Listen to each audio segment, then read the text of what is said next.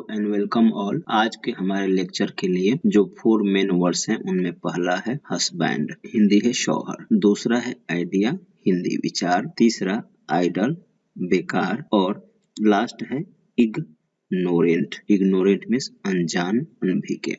सो यही हमारे 4 वर्ड्स हैं जिनके 4 सिनोनिम्स को हम पढ़ेंगे और याद रखने की भी कोशिश करेंगे।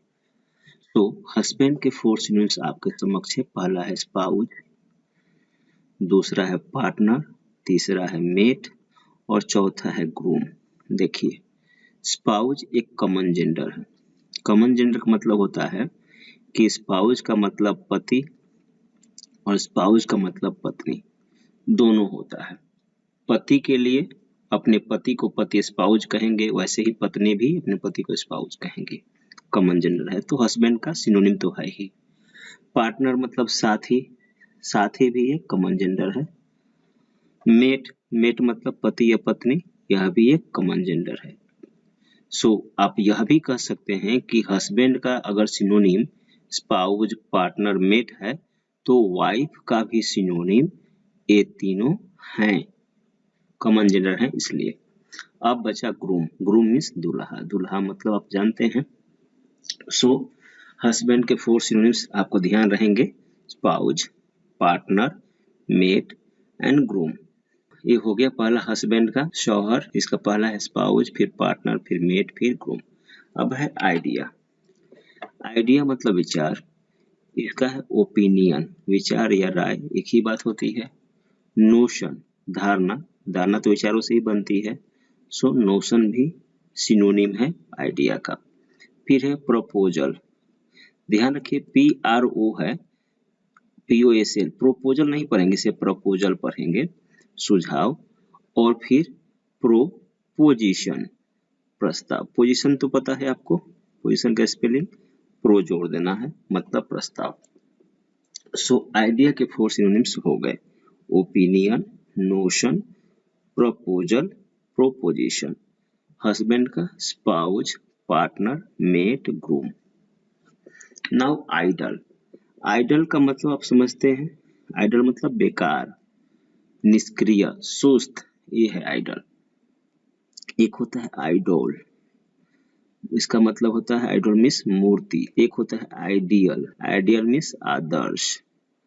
तो आप भेद कर पाएंगे आसानी से, ये ध्यान रखिएगा। सो आइडल मतलब बेकार। बेकार के लिए क्या हो सकता है?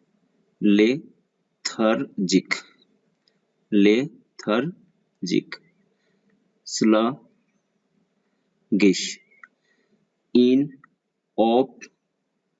इनऑपरेटिव और फिर स्लोथफुल।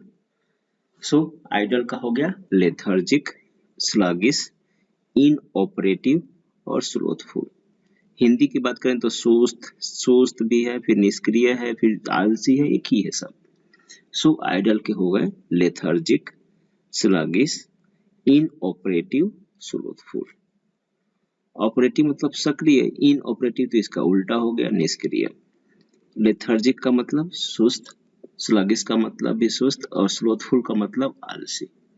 सो अभी तक हमने 3 कंप्लीट कर लिए हैं, हस्बैंड का, wife, partner, mate, groom. Idea का, opinion, notion, proposal, proposition. Idol का lethargic, sluggish, inoperative, slothful. Now is the last, that is ignorant. Ignorant. So ignorant के 4 सिनोनिम्स, अनएनलाइटेंड,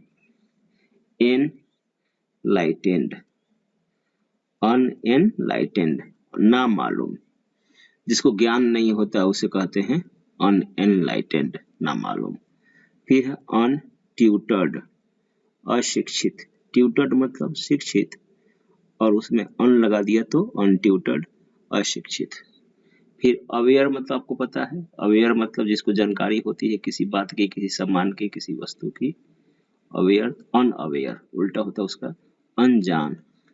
सेंसिबल का पता है आपको, सेंसिबल मतलब जिसको चेतना होती है। इनसेंसिबल उसका उल्टा है, अचेतन।